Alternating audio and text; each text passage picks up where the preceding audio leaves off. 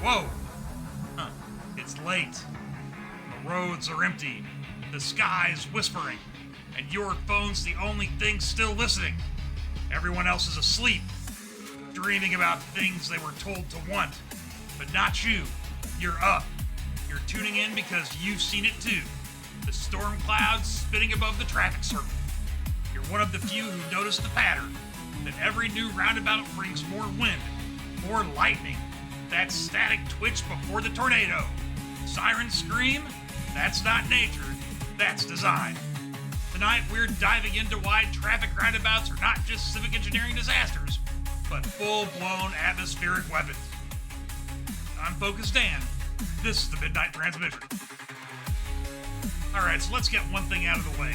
Roundabouts are not built for traffic flow. That's the cover story. No one's life ever got better because of a landscape circle of doom with a little yield sign slapped on the side. What they are good at is generating rotational energy. And do you know what rotational energy becomes when paired with subtle electromagnetic agitation? That's right, atmospheric destabilization. Weather freakouts. Think about it. Every major tornado outbreak in the last 15 years. Follow the installation maps. Roundabouts went in, storms came out. Coincidence? Not unless you believe earthquakes are just the earth stretching. This is controlled chaos, baby.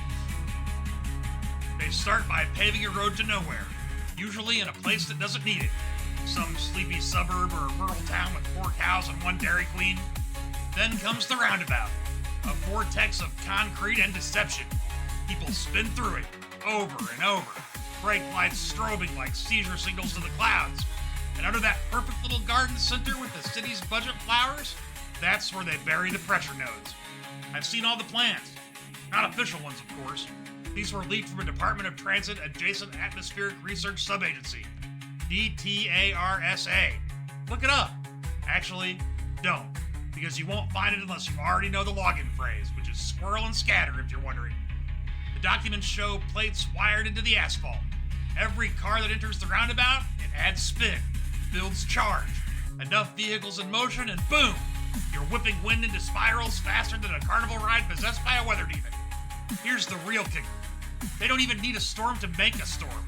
These installations are triggering microbursts and unexpected hail events in cities that haven't seen real clouds in decades. You remember Dallas in 23? Golf ball hail in July. Denver in 24? Tornado in a parking garage. You think that's just climate change? No, my friends, that's climate control. The kind they tested on goats back in the 70s and finally rolled out under the guise of better urban planning. And don't even get me started on roundabouts with art sculptures in the middle. That's not for beautification. That's antenna calibration. You put a big spinning chrome thing in the middle of a weather funnel, and what you've got is an amplifier, a direction shifter. I've seen one with an abstract spiral that lines up perfectly with the wind pattern of a Category 2 storm. You think the City Art Commission figured that out on accident? Please. These are storm shepherds, suburban druids disguised as civil engineers. And have you ever sat in one of those things and felt the wheel shake, felt the pressure drop, heard that high-pitched hum? That's not in your head. That's the coil beneath the street activating. You're inside the system. You are the turbine.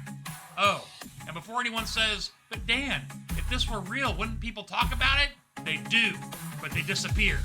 Ask Jeff Bainbridge. No, wait, you can't.